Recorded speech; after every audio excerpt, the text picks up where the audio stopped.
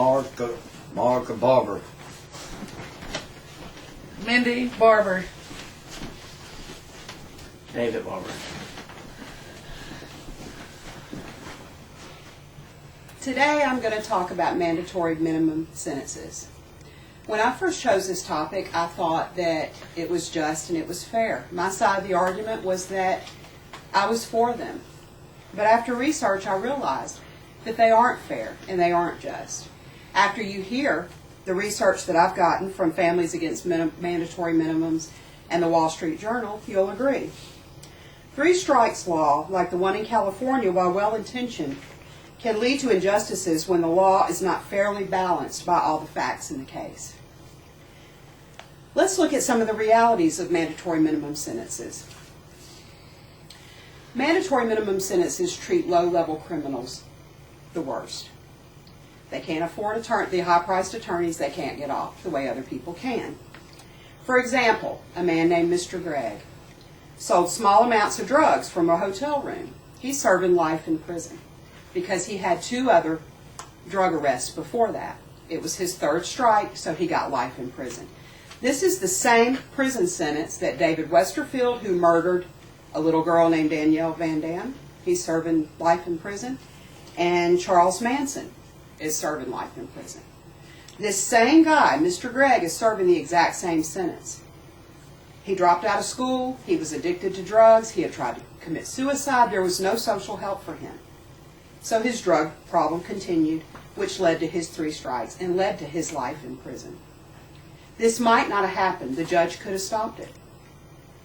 But his hands were tied with the 3 strikes law.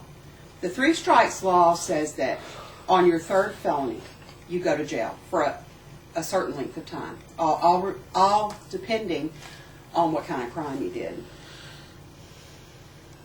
Not only is the 3 strikes law unjust, it's expensive. The more people that we put in jail, the prison population soar.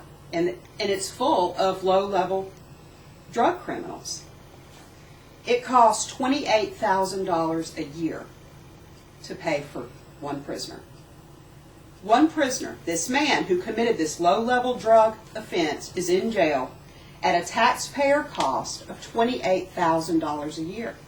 The average income in America is $26,364. It doesn't make sense. The prisons can't hold all these prisoners. As the years have gone on, more prisons have to be made, more guards have to be hired, etc., etc. The cost never ends. However, if you get rid of this 3 strikes law and you provide treatment for a drug addict, you have outpatient treatment at a cost per year of $1,800. If it's inpatient treatment, it's $6,800 a year, and you don't crowd up the jails. You need to leave the jails for the heavy criminals, the murderers, the rapists. What should be done? This law, the 3 strikes law, and those like it, the mandatory minimum sentences, need to be judged on a case-by-case basis. The judge's hands are tied.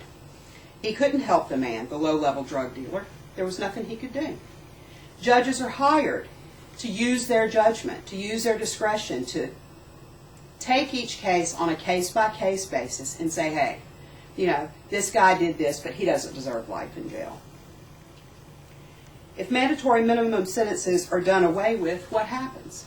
We put the power back into the hands of the judges, which is the way it should be. How well do you know the politicians that you vote for? Who'd you vote for during the last election? You have to know your politicians in order to know who to vote for. If you want to make change and you want to do away with mandatory minimum sentences, you have to know where your politician stands. You can look them up online. You can find out if they believe in mandatory minimums or if they're against it. If they're against it, that's who you vote for. If you want to make a change and make things just for everyone, then mandatory minimum sentences have got to be done away with. As Martin Luther King Jr. said, justice denied anywhere diminishes justice everywhere. If it's unjust for one, it can be unjust for all. So do your part and do away with mandatory minimum sentences. Thank you.